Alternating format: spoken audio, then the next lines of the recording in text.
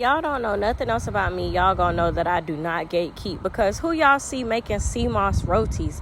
Look at how happy my man is. I really had to include this, even though my baby got a stain on his shirt, because if your man don't support you like this, you need a new one, sis. Look at this. He even giving me fresh pressed juice as I cook for him.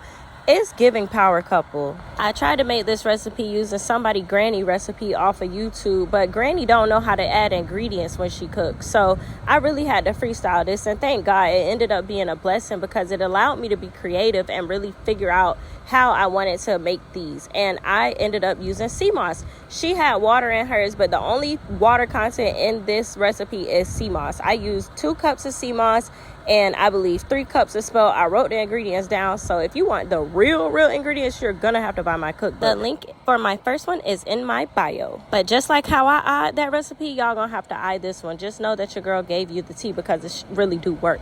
Anyway, after I kneaded up the flour, I am cutting it into 8 pieces so that I can make these roti pretty small.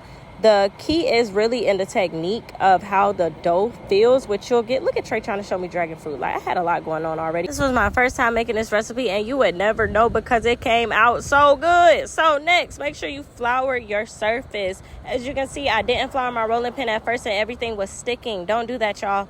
Add some coconut oil to your dough at the top after you've rolled it out, and then roll it into a cone. Once you have a cone, then you need to tuck the top and the bottom in and make a ball. All of this was a learning curve for me. It is mostly dependent on how cold your dough is, how good your roti comes out. That is a pro tip. And you also want to cover the top and the bottom with oil after it cooks. Don't oil the pan too much. It's going to get too crispy. Once you got them bubbles forming, then you need to just go ahead and change your name to Big Mama and get that ring figure size, because he about to be on you like white on rice. You see how happy my man look? That's every day, boo-boo. Now go ahead and get that cookbook. The link is in the bio if you want to upgrade your life and your kids' life. It's no question.